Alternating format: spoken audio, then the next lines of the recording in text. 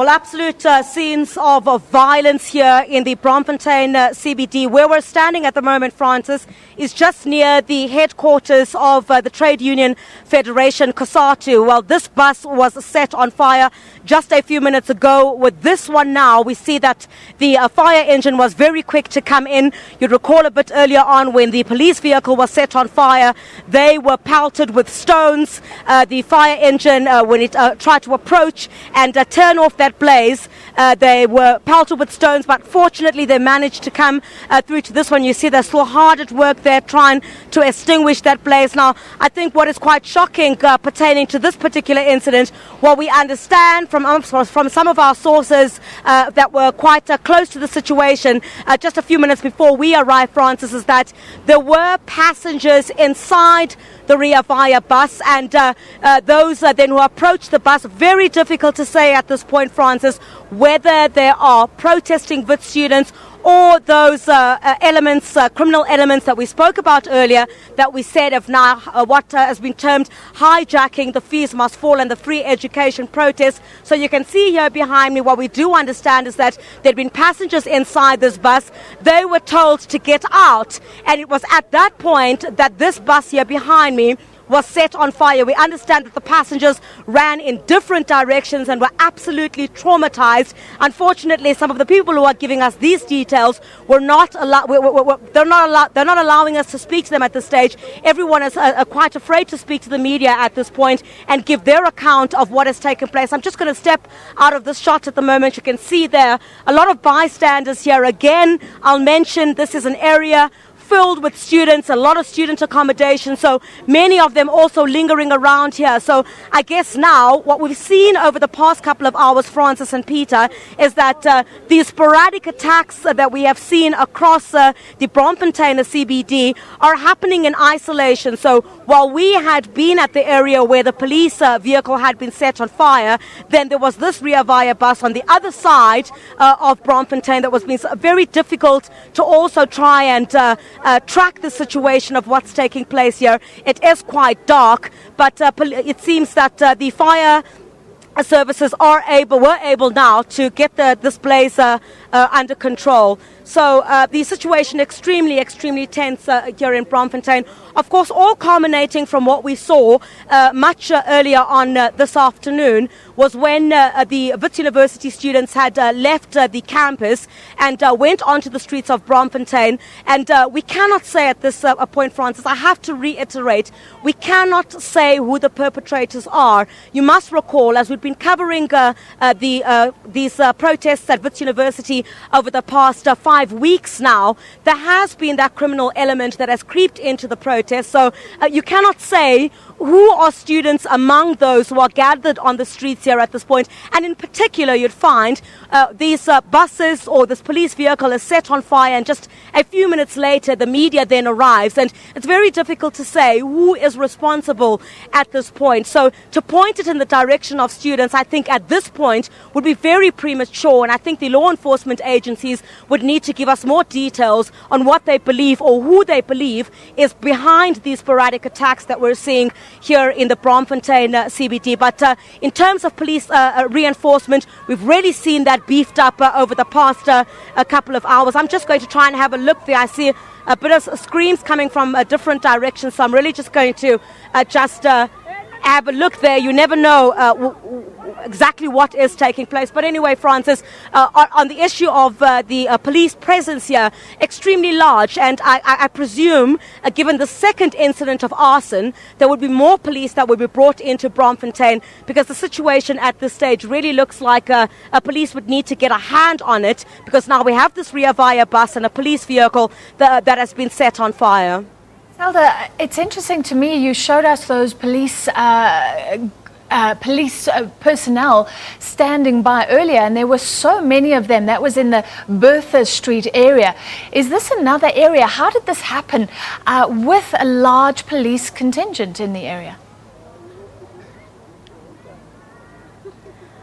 Now, you see, Francis, what police are really going to struggle to get their hand on here is that the area on Bertha Street where the police vehicle was set alight, you'd find that police would then go and focus on that area and try and ensure that, a sense of normality does return there. The fire itself is extinguished. But then you'd find, remember when I said earlier that you've got a number of groups that are around the Braamfontein area. So as they're split up, there's no telling which area they'll be going to. So it's very difficult for police to police the very groups that have now gone around to the different areas. Where I am at the moment, Francis, is near the Protea Hotel, the Parktonian Hotel. I'm just standing right across from there. That's also just behind the Trade Union Federation, COSATU's headquarters. So if there's anybody who's approaching that area now, I would suggest that you avoid it. As you see, this area has been closed behind me. So very difficult for police to police, if I may there, Francis, because there are different groups who've moved into different areas.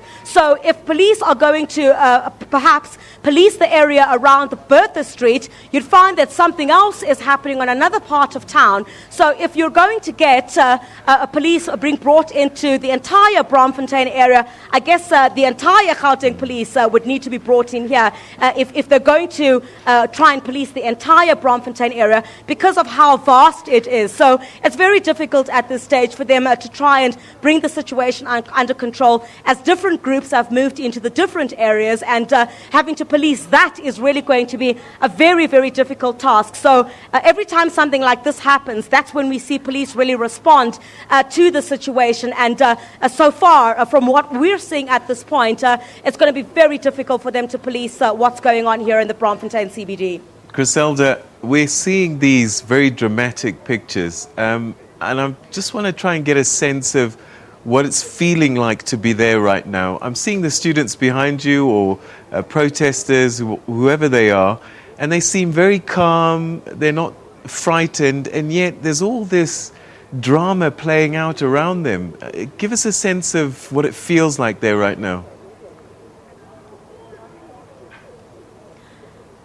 The sense I'm getting, Peter, from speaking to some of the students around here and just gauging by their response and basically how they look in awe at what's taking place here in the Braamfontein CBD. Many of the students have condemned these acts of violence and are saying they don't want to be part of it, even though they believe that this is a noble cause. They want free education and free education now. But what we've seen over the past couple of weeks is scenes like these where we've seen buses. This is not just the first bus here in the Braamfontein CBD. You'd recall that also been another bus that had been set on fire. We're also seeing a police vehicle now. And, passing vehicles also earlier on this afternoon, also being stoned there. So these students, there's a sense of fear also on their part. Some of these students are saying they want to write examinations. Let me just point out there, Peter, also that the academic program is coming to an end by Friday. We've already seen at Wits University some of the examinations get underway. So we're moving full swing now